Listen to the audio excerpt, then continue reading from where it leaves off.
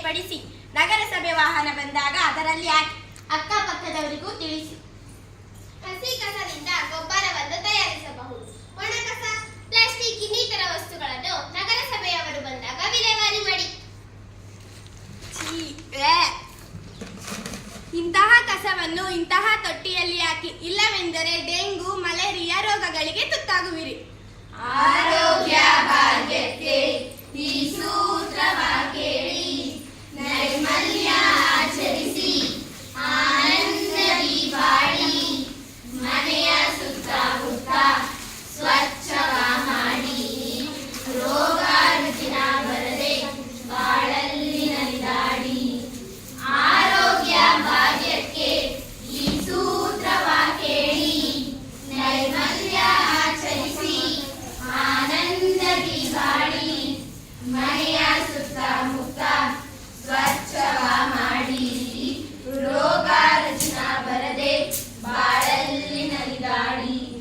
ನಿಲ್ಲದ ಬಚ್ಚಲ ನೀರು ದಿನ ಸ್ವಚ್ಛವ ಮಾಡಬೇಕು, ಸೊಳ್ಳೆ ಇಲಿಗಳು ಜಿರಳೆ ಬರದೆ ಎಚ್ಚರ ವಹಿಸಬೇಕು. ಅಲ್ಲಿ ಇಲ್ಲಿ ಉಗುಳಿ ಪರಿಸರವ ಕೆಡಿಸಲು ಬೇಡಿ, ಬೀಡಿ ಸಿಗರೆಟ್ ತುಂಡು ಬಳಸದು ಮಾಲಿನ್ಯ ಹರಡಬೇಡಿ. ಆರೋಗ್ಯ ಭಾಗ್ಯಕ್ಕೆ ಈ ಸೂತ್ರವ ಕೇಳಿ, ನೈರ್ಮಲ್ಯ ಆಚರಿಸಿ ಆನಂದದಿ ಬಾಳಿ, ಮನೆಯ ಸುತ್ತಮುತ್ತ ಸ್ವಚ್ಛವ ಮಾಡಿ, ರೋಗ ರುಜಿನ ಬರದೆ ಬಾಳಲ್ಲಿ ನಲಿದಾಡಿ.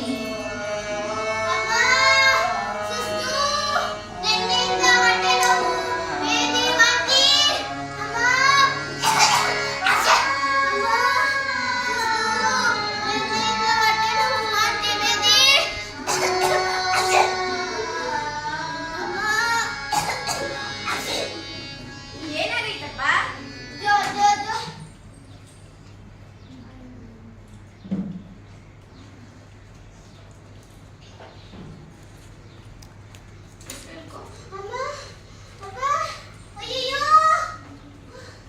ಬೇರೆ ತೆಳ್ಳಗೋಗುತ್ತಾ ಗಟ್ಟಿಗೋಗುತ್ತಾ? ತುಂಬಾ ಜ್ವರ ಇದೆ, ಇಂಜೆಕ್ಷನ್ ಕೊಡ್ತೀನಿ, ಮಾತ್ರೆ ಬರ್ಕೊಡ್ತೀನಿ. ಇಂಜೆಕ್ಷನ್? ಅಯ್ಯೋ ನನ್ ಕರ್ಮ.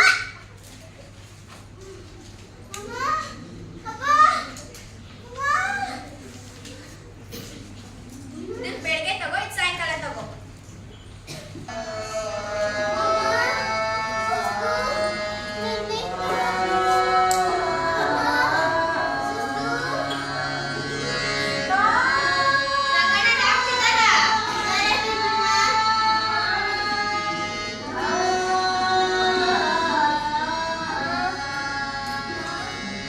ಏನಾಗೈತಪ್ಪ? ಮೇಡಮ್, ನಿನ್ನೆಯಿಂದ ವಾಂತಿ, ಭೇದಿ, ಜ್ವರ.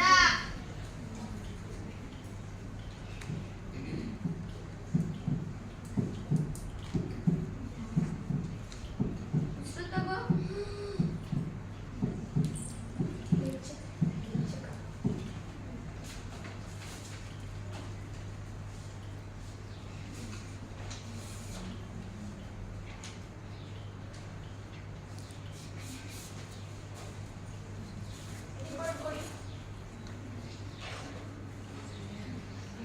ಮಲೇರಿಯಾ ರೋಗ ಲಕ್ಷಣಗಳು ಕಾಣಿಸ್ತೈತೆ. ಮಲೇರಿಯಾ ರೋಗ ನಿಮ್ಗೆ ಗೊತ್ತಾಯ್ತು ಡಾಕ್ಟ್ರೇ? ಮಲೇರಿಯಾ ರೋಗ ಬಂದಾಗ ಮನುಷ್ಯರಲ್ಲಿ ಗಂಭೀರವಾಗಿ ಕಾಣಿಸಿಕೊಳ್ಳುವ ಸೋಂಕು, ಶೀತ, ಕೆಮ್ಮು, ರಕ್ತಹೀನತೆಯಿಂದ ಮಲೇರಿಯಾ ಅಂತ ಗೊತ್ತಾಗುತ್ತದೆ. ಮಲೇರಿಯಾ ರೋಗದಿಂದ ಗುಣ ಆಗೋದು ಹೇಗೆ ಡಾಕ್ಟ್ರೇ?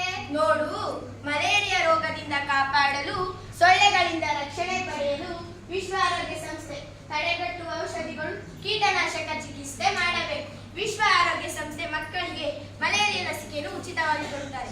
ಮನೆಯ ಸುತ್ತಮುತ್ತ ನೈರ್ಮಲ್ಯತೆ ಸ್ವಚ್ಛತೆಯಿಂದ ನೋಡಿಕೊಳ್ಳಬೇಕು. ಪಾರ್ವತಿ ಅಕ್ಕ, ಏನ್ ಹೇಳ್ರಘು? ಆರೋಗ್ಯ ಕೇಂದ್ರದಲ್ಲಿ ತುಂಬಾನೇ ಕೆಲಸ ಮಾಡ್ತಿದ್ದೀರಾ. ಇತ್ತೀಚೆಗೆ ಕೃಷ್ಣದೊಡ್ಡಿ ಗ್ರಾಮದಲ್ಲಿ ಅನೇಕ ಜನ ಜ್ವರ, ಕಾಲಾರ ಅಂತ ಆಸ್ಪತ್ರೆಗೆ ಬರುತ್ತಿದ್ದಾರೆ. ತುಂಬಾ ಸಾವುಗಳು ಆಗುತ್ತಿವೆ. ಹೌದು ರಘು, ಹೌದು. ನೀನು ಹೇಳಿದಂತೆ ನೈರ್ಮಲ್ಯ ಮತ್ತು ಮಲಿನ ನೀರಿನಿಂದ ಅನೇಕ ಆರೋಗ್ಯ ಸಮಸ್ಯೆಗಳು ಉಂಟಾಗಿವೆ. ಹೌದು ಪಾರ್ವತಿ, ಈ ಸಮಸ್ಯೆಯ ಮೂಲ ನೈರ್ಮಲ್ಯದಿಂದ ಉಂಟಾಗುವ ಸೋಂಕುಗಳು. ಅವುಗಳನ್ನು ತಡೆಯಲು ಅನೇಕ ಹಲವು ಕ್ರಮಗಳು ತೆಗೆದುಕೊಳ್ಳಬೇಕು. ಹೌದು, ನೈರ್ಮಲ್ಯದ ಕೊರತೆಯಿಂದ ನಮ್ಮ ಗ್ರಾಮದಲ್ಲಿ ಡೆಂಗ್ಯೂ, ಮಲೇರಿಯಾ ಮುಂತಾದ ರೋಗಗಳು ಹರಡುತ್ತವೆ. ನೀರು ನಿಂತುಕೊಳ್ಳುವ ಜಾಗದಲ್ಲಿ ಮಳೆ ನೀರು, ಕಸದ ರಾಶಿ, ಚರಂಡಿಗಳು ಇವುಗಳಿಗೆ ಉತ್ತೇಜನ ನೀಡಬೇಕು. ಅಲ್ಲ ಮೇಡಮ್, ನಾವು ಈ ರೋಗಗಳಿಂದ ಮುಕ್ತರಾಗೋದು ಹೇಗೆ? ತಡೆಗಟ್ಟುವುದು ಹೇಗೆ? ಮೊದಲು ಗ್ರಾಮಗಳಲ್ಲಿ ಸ್ವಚ್ಛತೆಗೆ ಹೆಚ್ಚಿನ ಒತ್ತು ನೀಡಬೇಕು. ನೀರು ನಿಂತುಕೊಳ್ಳುವ ಸ್ಥಳವನ್ನು ತೆರವುಗೊಳಿಸಬೇಕು. ಕಸವನ್ನು ಸರಿಯಾಗಿ ವಿಲೇವಾರಿ ಮಾಡಬೇಕು. ಮನೆಗಳಲ್ಲಿ ಶೌಚಾಲಯಗಳನ್ನು ಒಣಗಿಸಿ ಇಡಬೇಕು. ಹೌದು, ನಾವು ಗ್ರಾಮ ಪಂಚಾಯಿತಿ ಸಹಯೋಗದಿಂದ ಗ್ರಾಮವನ್ನು ಸ್ವಚ್ಛವಾಗಿಡಲು ನಾವು ಹೆಜ್ಜೆ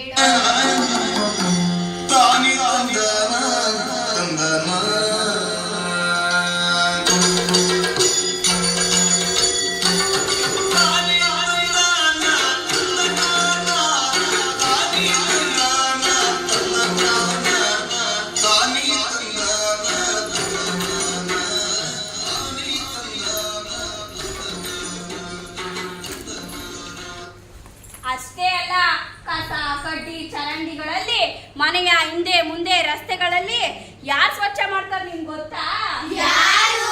ನಮ್ಮ ನಗರ ಪಾಲಿಕೆಯಲ್ಲಿ ಕೆಲಸ ಮಾಡೋರು. ಅವರು ಮನೆ ಮನೆಗೂ ಬಂದಾಗ ಒಣ ಕಸ ಹಸಿ ಕಸ ಅಂತ ಬೇರ್ಪಡಿಸಿ ಅದರಲ್ಲಿ ಹಾಕಿ ನಿಮ್ಮ ಅಕ್ಕಪಕ್ಕದ ಮನೆಯವರಿಗೂ ತಿಳಿಸಿ. ಹೌದು ಹೌದು, ಅವರೇ ನಮ್ಮ ನಿಜವಾದ ಸೈನಿಕರು. ಕೈಯಲ್ಲಿಡಿದು ಬಂದಾರವರೆಗೆ ಈ ಗ್ರಾಮದ ಕೊಳೆ ತೊಳೆಯಾಕೆ? ನೀ ಆದರಿಸು, ಬಾ ಗೌರವಿಸು ನಿನ್ನ ಕಾಯೋ ಸೈನಿಕರ. ಇವರಿಲ್ಲದೆ ನಿನ್ನ ಮನೆಯ ಅಂಗಳವು ನಾರುವುದು ತಾನಗಳ. ಚಳಿ ಮಳೆಯಲ್ಲೂ ಕರ್ತವ್ಯ ಪಾಲಿಸುವ ಇವರಿಗೆ ಹಾಕುವ ಜೈಕಾರ. ನೀವು ತಿಂದು ಇಲ್ಲಿ ಎಸೆದಿದ್ದು ಎಲ್ಲೆಲ್ಲೋ ಉಗುಳಿದ್ದು ಬೇಸರಿಕೆಯಲ್ಲದೆ ಮುಟ್ಟುವ ಸೈನಿಕರು. ಪ್ರತಿ ಮುಂಜಾನೆ ಸರಿಯಾಗಿ ಪ್ರತಿ ಮನೆ ಮುಂದೆ ತಾ ಬಂದು ಮನೆ ಮನೆಗೂ ಬಂದು ಕಸವನ್ನು ಒಯ್ಯುವ ಈ ಸೈನಿಕ. ನಮ್ಮ ಹಿತಕ್ಕಾಗಿ ನಮ್ಮ ಸುಖಕ್ಕಾಗಿ ದಣಿವಿಲ್ಲದೆ ದುಡಿಯುವರು ಈ ಸೈನಿಕರು.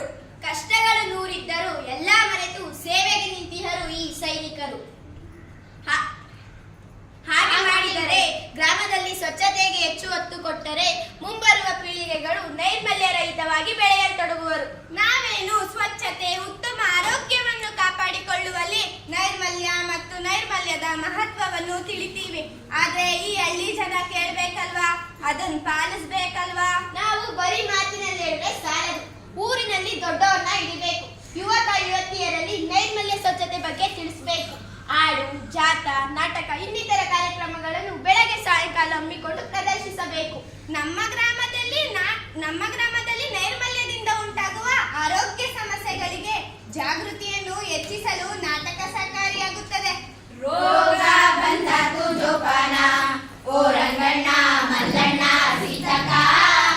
ರೋಗ ಬಂದಾತು ಜೋಪಾನ, ಎಲ್ಲಂದ್ರಲ್ಲೇ ಕುಂತು ನಿಂತು ಮಾಲ ಮೂತ್ರ ಮಾಡಬೇಡಿ. ಎಲ್ಲಂದ್ರಲ್ಲೇ ಕಸ ಕಡ್ಡಿ ಬೇಕಾಬಿಟ್ಟಿ ಎಸೆಯಬೇಡಿ. ಮನೆಯ ಹಿಂದೆ ಮುಂದೆ ಸ್ವಚ್ಛತೆಯ ಕಾಪಾಡಿ. ರೋಗ ಬಂದಾತು ಜೋಪಾನ, ಓ ರಂಗಣ್ಣ ಮಲ್ಲಣ್ಣ ಸೀತಕ್ಕ. ರೋಗ ಬಂದಾತು ಜೋಪಾನ. ನಮ್ಮ ಅಪ್ಪನ ಕಾಲದಿಂದಲೂ ಸ್ವಚ್ಛ ಭಾರತ ಅಭಿಯಾನ ಅಂತ ಹೇಳಿದ್ದಾರೆ. ನಗರ ಪ್ರದೇಶಗಳಲ್ಲಿ, ರಸ್ತೆಗಳಲ್ಲಿ, ಚರಂಡಿಗಳಲ್ಲಿ, ಆಸ್ಪತ್ರೆ, ಬಸ್ ನಿಲ್ದಾಣಗಳಲ್ಲಿ ಹಾಗೂ ಹಳ್ಳಿಗಳಲ್ಲಿ ಸ್ವಚ್ಛವಾಗಿರಬೇಕು ಅಂತ ಹೇಳಿದ್ದಾರೆ. ಆದ್ರೆ ನಮ್ಮ ಹಳ್ಳಿ ಜನ ಕೇಳ್ಬೇಕಲ್ವಾ, ಅದನ್ನು ಪಾಲಿಸ್ಬೇಕಲ್ವಾ? ಅಷ್ಟೇ ಅಲ್ಲ, ನಮ್ಮ ತಾತನು ಕೂಡ ಸ್ವಚ್ಛ ಭಾರತ ಅಭಿಯಾನ, ಸ್ವಚ್ಛತೆ ಹಾಗೂ ನೈರ್ಮಲ್ಯತೆ ಬಗ್ಗೆ ಹೇಳಿದ್ದಾರೆ. ಹೌದು, ಒಂದ್ಸಾರಿ ನಮ್ ತಾತ ಕಾಶಿಗೆ ಹೋಗಿದ್ರಂತೆ. ಹೋದವರು ದೇವರ ದರ್ಶನಕ್ಕೆ ಹೋಗಿಲ್ವಂತೆ. ದೇವಾಲಯದ ಸುತ್ತಮುತ್ತ ಕಸದ ರಾಶಿಯನ್ನು ನೋಡಿ, ನದಿಯಲ್ಲಿ ಹೆಣಗಳನ್ನು ತೇಲುತ್ತಿರುವುದನ್ನು ನೋಡಿ ಭಕ್ತಾದಿಗಳಲ್ಲಿ ಮನವಿ ಮಾಡಿಕೊಂಡ್ರಂತೆ. ಭಕ್ತಾದಿಗಳೇ, ಈ ನೀರನ್ನ ಕೃಷಿಗೆ ಬಳಸುವರು, ಕುಡಿಯಲು ಬಳಸುತ್ತಾರೆ, ದೇವರ ಅಭಿಷೇಕಕ್ಕೆ ಬಳಸುತ್ತಾರೆ. ಈ ನೀರನ್ನು ಬಳಸುವುದರಿಂದ ಸಾಂಕ್ರಾಮಿಕ ರೋಗಗಳು ಹರಡುತ್ತವೆ. ಸ್ವಚ್ಛತೆ ಕಾಪಾಡಿ ಅಂತ ಸ್ವಚ್ಛತೆಗೆ ಮುಂದಾಗುವರು. ಭಾರತ ಸುಧಾರಿತ ನೈರ್ಮಲ್ಯ ಸೌಲಭ್ಯ ವ್ಯವಸ್ಥೆ ಹಾಗೂ ಸಾರ್ವಜನಿಕ ಆರೋಗ್ಯ ಕ್ಷೇತ್ರದ ರೂಪಾಂತರಕ್ಕೆ ಕಾರಣವಾಗಿ ವಿಶ್ವಕ್ಕೆ ಭಾರತ ಮಾದರಿಯಾಗಿದೆ. ನಮ್ಮ ತಾತರಿಂದ ಇವ್ರ ತಾತನವರೆಗೂ ಸ್ವಚ್ಛ ಆರೋಗ್ಯದ ಬಗ್ಗೆ ಹೇಳಿದ್ದಾರೆ. ಆದ್ರೆ ನಮ್ಮ ಹಳ್ಳಿ ಜನ ಕೇಳ್ಬೇಕಲ್ವಾ, ಅದನ್ನು ಪಾಲಿಸ್ಬೇಕಲ್ವಾ? ಮೊದ್ಲು ನೀನ್ ಪಾಲಿಸು, ಆಮೇಲೆ ಇನ್ನೊಬ್ರಿಗೆ ಹೇಳು. ಮೊನ್ನೆ ನಮ್ ಪಕ್ಕದ ಮನೆ ರಾಮಣ್ಣನ ಮಗಳು ಅವ್ರ ಅಪ್ಪನ ಹತ್ರ ಕೇಳಿದ್ರು, ಅಪ್ಪ ಶೌಚಾಲಯ ಕಟ್ಟಿಸಿ ಕೊಡಿ, ಸಂಡಾಸ್ಗೆ ಬೈಗೋಕೆ ನಾಚಿಕೆ ಆಗುತ್ತೆ ಅಂತ. ಅದಕ್ಕೆ ನಿನ್ನ ಮದುವೆಗೋಸ್ಕರ ಹಣ ಕೂಡಿಡ್ತಾ ಇದ್ದೀನಿ, ಶೌಚಾಲಯ ಕಟ್ಟಿಸೋಕೆ ಹಾಗಲ್ಲ. ಸಂಡಾಸ್ ಬಂದ್ರೆ ಚೋಮ್ ತಗೋ ಬೈಲ್ಗೋಗು. ಮೊನ್ನೆ ಯಾರ ಹೇಳಿಗೆ ಹೋಗಿದ್ದೆ, ಸುಸ್ಸು ಮಾಡ್ಬೇಕು ಅಂತ ಒಂದು ಗುಡ್ಸಲ ಹತ್ರ ಹೋದೆ. ಯಜಮಾನನನ್ನು ಕರೆದೆ. ಆತ ತನ್ನ ಹೆಂಡತಿ 4 ಜನ ಹೆಣ್ಣು ಮಕ್ಕಳೊಂದಿಗೆ ಟಿವಿ ನೋಡ್ತಿದ್ದ. ನಾನು ಕರೆದಕ್ಕೆ ಬಂದು ಏನಾಗ್ಬೇಕು ಅಂದ. ಅದಕ್ಕೆ ನಾನು ಸುಸ್ಸು ಮಾಡ್ಬೇಕು, ಶೌಚಾಲಯ ಹೇಳಿದೆ ಎಂದೆ. ಅದಕ್ಕೆ ಆತ ನಕ್ಕ. ನಮ್ಮನೇಲಿ ಸಂಡಾಸಿಗೆ ಸುಸು ಮಾಡೋಕೆ ಬೈಲ್ಗೆ ಹೋಗ್ತೀವಿ, ಈಗೇನಾದ್ರು ಅರ್ಜೆಂಟ್ ಇದ್ರೆ ಆ ಗೋಡೆ ಪಕ್ಕ ಹೋಗು ಅಂದ. ನಾನು ಪೇಪರ್ನಲ್ಲಿ ಓದಿದ್ದೆ, ಮಂಡ್ಯ ಜಿಲ್ಲೆ ಇರಬೇಕು. ಒಬ್ಬ ಲೇಡಿ ಮಹಿಳಾಧಿಕಾರಿ ಡ್ಯೂಟಿಗಿಂತ ಮುಂಚೆ ಬೆಳಗ್ಗೆ ಸಾಯಂಕಾಲ ಹಳ್ಳಿಗಳಿಗೆ ವಿಸಿಟ್ ಮಾಡಿ ಆರೋಗ್ಯದ ಬಗ್ಗೆ ಹಾಗೂ ನೈರ್ಮಲ್ಯದ ಬಗ್ಗೆ ಅರಿವು ಮೂಡಿಸೋಕಂತ ಹೋಗ್ತಿದ್ರಂತೆ. ಆ ಹಳ್ಳಿಯಲ್ಲಿ ಒಂದು ಮನೆಯಲ್ಲೂ ಶೌಚಾಲಯ ಇಲ್ವಂತೆ. ಮನೆಯ ಹಿಂದೆ ಮುಂದೆ ತಿಪ್ಪೆ, ಗಲೀಜು, ಕಸದ ರಾಶಿ, ಎಮ್ಮೆ, ಕೋಳಿ, ಹಂದಿ ಮನೆ ಹಿಂದೆ ಮುಂದೆ ಸಾಕ್ತಿದ್ರಂತೆ. ಆ ಊರಿಗೆ ಕಾಲಿಟ್ರೆ ಗಪ್ಪು ವಾಸನೆ. ಏನಾದ್ರೂ ಮಾಡಿ ನೈರ್ಮಲ್ಯದ ಬಗ್ಗೆ ಪರಿವರ್ತಿಸಬೇಕು ಅಂತ ಆ ಹೆಣ್ಣು ಮಗಳು ಪ್ರಯತ್ನದ ಮೇಲೆ ಪ್ರಯತ್ನ ಮಾಡುತ್ತಿದ್ದಳು. ಎಷ್ಟೇ ಹೇಳಿದರೂ ಕೂಡ ಸಂಡಾಸಿಗೆ ಬೆಳಗ್ಗೆ ಸಾಯಂಕಾಲ ಬಯಲಿಗೆ ಹೋಗ್ತಿದ್ರಂತೆ. ಮನೆ ಹಿಂದೆ ಮುಂದೆ ದನ, ಕೋಳಿ, ಹಂದಿ ಸಾಕಬೇಡಿ, ದೂರ ಸಾಕಿ. ಮನೆಗೊಂದು ಶೌಚಾಲಯ ಇರಲಿ ಅಂತ ಹೇಳಿದ್ರೆ ಮತ್ತೆ ಸಂಡಾಸ್ಗೆ ಬೈಕ್ ಹೋಗ್ತಾ ಇದ್ದಂತೆ. ಆಗ ಲೇಡಿ ಮಹಿಳಾ ಅಧಿಕಾರಿ ಒಂದು ಉಪಾಯ ಮಾಡಿ ಊರಿನ ಗ್ರಾಮಸ್ಥರ ಸಹಾಯವನ್ನು ಪಡೆದು ಬೆಳಿಗ್ಗೆ ಸಾಯಂಕಾಲ ಮರೆಯಲ್ಲಿ ನಿಂತು ಸಂಡಾಸಿಗೆ ಕೂತವರನ್ನು ನೋಡಿ ಶಿಲೆ ಹೊಡೆಯೋದು. ಸಂಡಾಸಿಗೆ ಕೂತವರಿಗೆ ನಾಚಿಕೆಯಾಗಿ ಓಡಿ ಹೋಗಿ ಮನೆಯೊಳಗೆ ಈಗ ಯಾರು ಕೂಡ ಸಂಡಾಸಿಗೆ ಬೈಲ್ ಬರೋದಂತೆ. ಈಗ ಇಡೀ ಊರಿನಲ್ಲಿ ಮನೆಗೊಂದು ಶೌಚಾಲಯ. ದನ, ಕೋಳಿ, ಹಂದಿ ಊರಿನಿಂದ ಹೊರ ಸಾಕುವುದು. ಇಡೀ ಗ್ರಾಮ ಲಕಲಕ ಹೊಳಿತಾ ಇದೆ ಅಂತೆ. ಶುಚಿಯಾಗಿರಬೇಕು, ಅಣ್ಣ ಲಕಲಕ ಹೊಳಿಬೇಕು. ಶುಚಿಯಾಗಿರಬೇಕು, ಅಣ್ಣ ಲಕಲಕ ಹೊಳಿಬೇಕು. ದಿನವೂ ಸ್ನಾನ ಮಾಡಬೇಕು, ಶುಭ್ರ ಬಟ್ಟೆಯ ಧರಿಸಬೇಕು. ವಾರಕ್ಕೊಮ್ಮೆ ಉಗುರು ಕಟಾವು, ಕಾಲಿಗೆ ಚಪ್ಪಲಿ ಧರಿಸಬೇಕು. ಶುಚಿಯಾಗಿರಬೇಕು, ಅಣ್ಣ ಲಕಲಕ ಹೊಳಿಬೇಕು. ಶುಚಿಯಾಗಿರಬೇಕು, ಅಣ್ಣ ಲಕಲಕ ಹೊಳಿಬೇಕು. ಊಟ ಮಾಡುವ ಮೊದಲೇ ನೀನು ಕೈಗಳನ್ನ ಚೆನ್ನಾಗಿ ತೊಳೆ. ಶುಚಿಯಾಗಿರಬೇಕು, ಅಣ್ಣ ಲಕಲಕ ಹೊಳಿಬೇಕು. ಶುಚಿಯಾಗಿರಬೇಕು, ಅಣ್ಣ ಲಕಲಕ ಹೊಳಿಬೇಕು. ಟಿವಿಲಿ ಒಂದು ಅಡ್ವರ್ಟೈಸ್ ಬರ್ತಾ ಇತ್ತಂತೆ. ಲೈಫ್ ಎಲ್ಲಿದೆಯೋ ಅಲ್ಲಿದೆ ಆರೋಗ್ಯ. ಲೈಫ್ ಎಲ್ಲಿದೆಯೋ ಅಲ್ಲಿದೆ ಆರೋಗ್ಯ. ಆದ್ರೆ ಈಗ ಸ್ವಚ್ಛತೆಯು ಎಲ್ಲಿದೆಯೋ ಅಲ್ಲಿದೆ ಆರೋಗ್ಯ. ಸ್ವಚ್ಛತೆಯು ಎಲ್ಲಿದೆಯೋ ಅಲ್ಲಿದೆ ಆರೋಗ್ಯ. ರಾಮಾಚಾರಿ ಸಿನಿಮಾದಲ್ಲಿ ಒಂದು ಹಾಡು ಬರುತ್ತೆ. ಕಾಡನ್ನು ಪರಿಸರವನ್ನು ನೋಡಿ ಹೀರೋಯಿನ್ ಹೇಳ್ತಾಳೆ, ಇಲ್ಲಿ ಬೀಸುವ ಗಾಳಿ ಊರಲ್ಲಿ ಯಾಕಿಲ್ಲ, ಇಲ್ಲಿ ಬೀಸುವ ಗಾಳಿ ಊರಲ್ಲಿ ಯಾಕಿಲ್ಲ.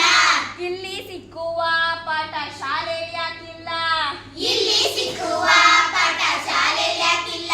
ಚಿತ್ರ ಸಾಹಿತ್ಯದಲ್ಲೂ ಕೂಡ ಸ್ವಚ್ಛತೆ, ಪರಿಸರದ ವಿಶೇಷತೆಯನ್ನು ತುಂಬಾ ಚೆನ್ನಾಗಿ ಸಂಯೋಜಿಸಿದ್ದಾರೆ. ಮನುಷ್ಯ ಎಲ್ಲಿ ವಾಸ ಮಾಡ್ತಾನೋ ಅಲ್ಲಿ ಸ್ವಚ್ಛತೆನೇ ಇರೋಲ್ಲ. ಕಾಡಿನಲ್ಲಿ ಎಷ್ಟೋ ಪ್ರಾಣಿ ಪಕ್ಷಿಗಳಿರುತ್ತವೆ. ಕಾಡಿನ ಪರಿಸರಕ್ಕೆ ಹೋದ್ರೆ ಸಾಕು, ಏನ್ ಮುದ ಸಿಗುತ್ತೆ. ತಂಪಾದ ಗಾಳಿ, ಒಳ್ಳೆಯ ವಾತಾವರಣ, ಸುಂದರ ನೋಟ. ಅದಕ್ಕೆ ಹೀರೋ ಹೇಳ್ತಾನೆ, ಹಾರೋ ಹಕ್ಕಿನ ತಂದು ಕೂಡಿ ಹಾಕೋದು, ಕಟ್ಟೋದೆ ನನ್ನ ಸುಟ್ಟು ತಿನ್ನೋದ್ಯಾಕಮ್ಮ. ನರಮನುಷ್ಯ ಕಲಿಲಿಲ್ಲ, ಒಳ್ಳೇದು ಉಳಿಸಲ್ಲ. ಅವ ನಡೆಯೋ ದಾರಿಲಿ ಗರಿಕೇನು ಬೆಳೆಯಲ್ಲ. ಇಲ್ಲಿ ಉಗುಳಬಾರ್ದು ಅಂತ ಬೋರ್ಡ್ ಹಾಕಿದ್ರೆ ಇಲ್ಲೇ ಉಗುಳೋರು. ಗುಟ್ಕಾ ಹಾಕೋರೆ ಅಂತ ಹುಗ್ಯೋದು. ಗುಟ್ಕಾ ಹಂಚು ಆರೋಗ್ಯಕ್ಕೆ ಹಾನಿಕಾರ, ಅದರಿಂದ ಕ್ಯಾನ್ಸರ್ ಬರುತ್ತೆ.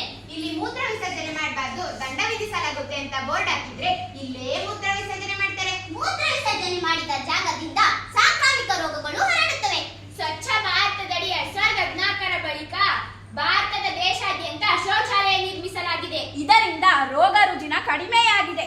ಹೀಗಾಗಿ ದೇಶದಲ್ಲಿ 5 ವರ್ಷದೊಳಗೆ 60-70 ಸಾವಿರ ಮಕ್ಕಳ ಸಾವುಗಳು ಪ್ರತಿ ವರ್ಷದಂತೆ ತಲುಪುತ್ತಿತ್ತು. 60-70 ಸಾವಿರ ಸಾವುಗಳು ಈಗ ತಪ್ಪಿವೆ. ಗರ್ಭಾವಸ್ಥೆಯಲ್ಲಿ ಮಹಿಳೆಯಲ್ಲಿ ಮಲೇರಿಯಾದ ತೊಡಕುಗಳು ಯಾವುವೆಂದರೆ ಗರ್ಭಪಾತ, ಸತ್ತ ಜನನಗಳು, ತಾಯಿಯ ರಕ್ತಹೀನತೆ, ಜನ್ಮಜಾತ ಮಲೇರಿಯಾ. ರಕ್ತ ಹೆಪ್ಪುಕಟ್ಟಿ ಹೃದಯ ಸ್ತಂಭನ, ಭ್ರೂಣ ಸಾವು, ಹೆರಿಗೆಯ ಸಮಯದಲ್ಲಿ ರಕ್ತಸ್ರಾವದಿಂದ ತಾಯಿಯ ಮರಣ. ಹಾಗಾದ್ರೆ ನಮ್ಮನೆ ಇರೋ ಸುತ್ತಮುತ್ತ ಕ್ರಿಮಿ ಕೀಟಗಳ ಗೂಡನ್ನು ಕಿತ್ತು ಸುಟ್ಟಾಕ್ತೀನಿ. ಸೊಳ್ಳೆ ಗೂಡು ಕಟ್ಟಲ್ಲ. ನಿಮ್ಮ ಮನೆ ಪಕ್ಕ ಅಕ್ಕಪಕ್ಕ ಕೊಳಚೆ ನೀರಲ್ಲಿ ವಾಸ ಮಾಡ್ತವೆ. ನಿಮ್ಮ ಮನೆ ಸುತ್ತಮುತ್ತ ಏನಿದೆ?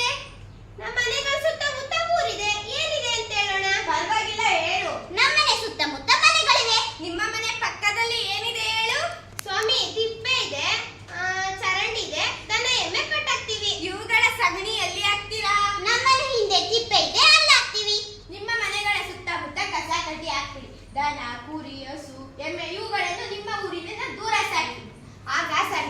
ಆಗ ಸೊಳ್ಳೆಗಳು ಬರುವುದಿಲ್ಲ. ಸಂಡಾಸ್ಗೆ ಬಯಲಿಗೆ ಹೋಗ್ಬೇಡಿ. ಶೌಚಾಲಯ ಮನೆಗೊಂದು ಇರಬೇಕು. ಆರೋಗ್ಯ ಮತ್ತು ನೈರ್ಮಲ್ಯ. ಆರೋಗ್ಯ ಅಥವಾ ಅಂಗವೈಕಲ್ಯದ ಅನುಪಸ್ಥಿತಿ ಮಾತ್ರವಲ್ಲ, ಆರೋಗ್ಯವನ್ನು ಸಂಪೂರ್ಣವಾಗಿ ದೈಹಿಕ, ಮಾನಸಿಕ, ಸಾಮಾಜಿಕ, ಯೋಗಕ್ಷೇಮದ ಸ್ಥಿತಿ ಎಂದು ವಿವರಿಸಲಾಗಿದೆ. ಆರೋಗ್ಯ ವ್ಯಕ್ತಿಯ ದೈಹಿಕ, ಭಾವನಾತ್ಮಕ ಮತ್ತು ಮಾನಸಿಕ ಯೋಗಕ್ಷೇಮವನ್ನು ಸೂಚಿಸುತ್ತದೆ. ಶುಚಿತ್ವ, ಸಮರ್ಥ್ಯ, ಕೊಳಚೆ ವಿಲೇವಾರಿ ಮತ್ತು ಸುರಕ್ಷಿತ ಕುಡಿಯುವ ನೀರನ್ನು ಒದಗಿಸುವುದು. ಗೊತ್ತಾಯ್ತು. ನೈರ್ಮಲ್ಯವು ನಮ್ಮ ಆರೋಗ್ಯವನ್ನು ಕಾಪಾಡಿಕೊಳ್ಳಲು ನಾವು ಮಾಡುವ ಕಾರ್ಯವಿಧಾನಗಳನ್ನು ಸೂಚಿಸುತ್ತದೆ. ನೈರ್ಮಲ್ಯವು ನಮ್ಮ ದೇಹವನ್ನು ರೋಗಗಳಿಂದ ರಕ್ಷಿಸುತ್ತದೆ ಮತ್ತು ರೋಗ ನಿರೋಧಕ ಶಕ್ತಿಯನ್ನು ಬಲಪಡಿಸುತ್ತದೆ. ಆರೋಗ್ಯಕರ ಅಭ್ಯಾಸಗಳನ್ನು ಅಳವಡಿಸಿಕೊಳ್ಳುವುದು ವ್ಯಕ್ತಿಗಳಿಂದ ಮಾತ್ರವಲ್ಲದೆ ಸಮಾಜಕ್ಕೂ ಬಲಿಷ್ಠ. ನೀನೇನು ಹೇಳಬೇಕು ಅನ್ಕೊಂಡಿದೆ? ಆರೋಗ್ಯ ಕೇಂದ್ರದಲ್ಲಿ ಬಲಿಷ್ಠ ಸಮುದಾಯ ನೀಡುತ್ತದೆ. ನಮ್ಮ ಆರೋಗ್ಯವನ್ನು ಕಾಪಾಡಿಕೊಳ್ಳಲು ನಾವು ಉತ್ತಮ ಶುಚಿತ್ವ ತಂತ್ರಗಳನ್ನು ಕರಗತ ಮಾಡಿಕೊಳ್ಳಬೇಕು. ಅತಿಯಾದ ಶ್ರಮ, ವ್ಯಾಯಾಮ, ತಿನ್ನುವುದು ಮತ್ತು ಕುಡಿಯುವುದು ಆರೋಗ್ಯಕ್ಕೆ ಹಾನಿಕರ. ಒಬ್ಬ ವ್ಯಕ್ತಿಯು ಉತ್ತಮ ದೈಹಿಕ ಸ್ಥಿತಿಯಲ್ಲಿದ್ದರೆ ರೋಗಮುಕ್ತನಾಗಿರುತ್ತಾನೆ. ಯಾವಾಗಲೂ ಒತ್ತಡ, ದುರಾಸೆ, ಉದ್ವಿಗ್ನತೆಯಂತ ವ್ಯಕ್ತಿಯು ಅನಾರೋಗ್ಯಕರನಾಗಿರುತ್ತಾನೆ. ಯಾವಾಗಲೂ ಕೈಗಳನ್ನು ತೊಳೆಯಬೇಕು. ಯಾವಾಗಲೂ ನಮ್ಮ ಉಗುರುಗಳನ್ನು ಕತ್ತರಿಸಬೇಕು. ಬ್ಯಾಕ್ಟೀರಿಯಾಗಳು ಮತ್ತು ವೈರಸ್ಗಳು ನಮ್ಮ ದೇಹದ ಕಣ್ಣು, ಮೂಗು, ಬಾಯಿ ಮೂಲತ್ವರಿತವಾಗಿ ಪ್ರವೇಶಿಸುವುದು. ಕಸವನ್ನು ನಿರ್ವಹಿಸುವಾಗ, ಪ್ರಾಣಿಗಳನ್ನು ಸ್ಪರ್ಶಿಸುವಾಗ, ಶುಚಿಗೊಳಿಸುವಾಗ ಯಾವಾಗಲೂ ನಮ್ಮ ಕೈಗಳನ್ನು ಸಾಬೂನಿನಿಂದ ತೊಳೆಯಬೇಕು. ಉತ್ತಮ ಆರೋಗ್ಯಕ್ಕೆ ಹಣ್ಣು, ತರಕಾರಿಗಳನ್ನು ಸ್ವಚ್ಛಗೊಳಿಸಬೇಕು ಮತ್ತು ತಯಾರಿಸಬೇಕು. ಆರೋಗ್ಯ ಎಂಬ ಪದವು ದೇಹದ ನೈಸರ್ಗಿಕ ಮತ್ತು ಆರೋಗ್ಯಕರ ಸ್ಥಿತಿಯನ್ನು ಸೂಚಿಸುತ್ತದೆ. ಸ್ವಚ್ಛತೆ ಸ್ವಚ್ಛತೆ ಸ್ವಚ್ಛತೆ ಸ್ವಚ್ಛತೆ ಸ್ವಚ್ಛತೆ ಎಂದು ಕೂಡಿ ಹಾಡುವ, ಕುಣಿಯುತ್ತಾ ನಲಿಯುತ್ತಾ ಹೊಳೆಯುವ ಸೂರ್ಯನಂತೆ ಜಿಲ್ಲೆ ಸ್ವಚ್ಛ ಮಾಡುವ. ಸ್ವಚ್ಛತೆ ಎಂದು ಕೂಡಿ ಹಾಡುವ, ಕುಣಿಯುತ್ತಾ ನಲಿಯುತ್ತಾ ಹೊಳೆಯುವ ಸೂರ್ಯನಂತೆ ಜಿಲ್ಲೆ ಸ್ವಚ್ಛ ಮಾಡುವ. ಸ್ವಚ್ಛತೆ ಸ್ವಚ್ಛತೆ ಸ್ವಚ್ಛತೆ ಸ್ವಚ್ಛತೆ. ಬಯಲು ಮಲ ವಿಸರ್ಜನೆ, ಹತ್ತ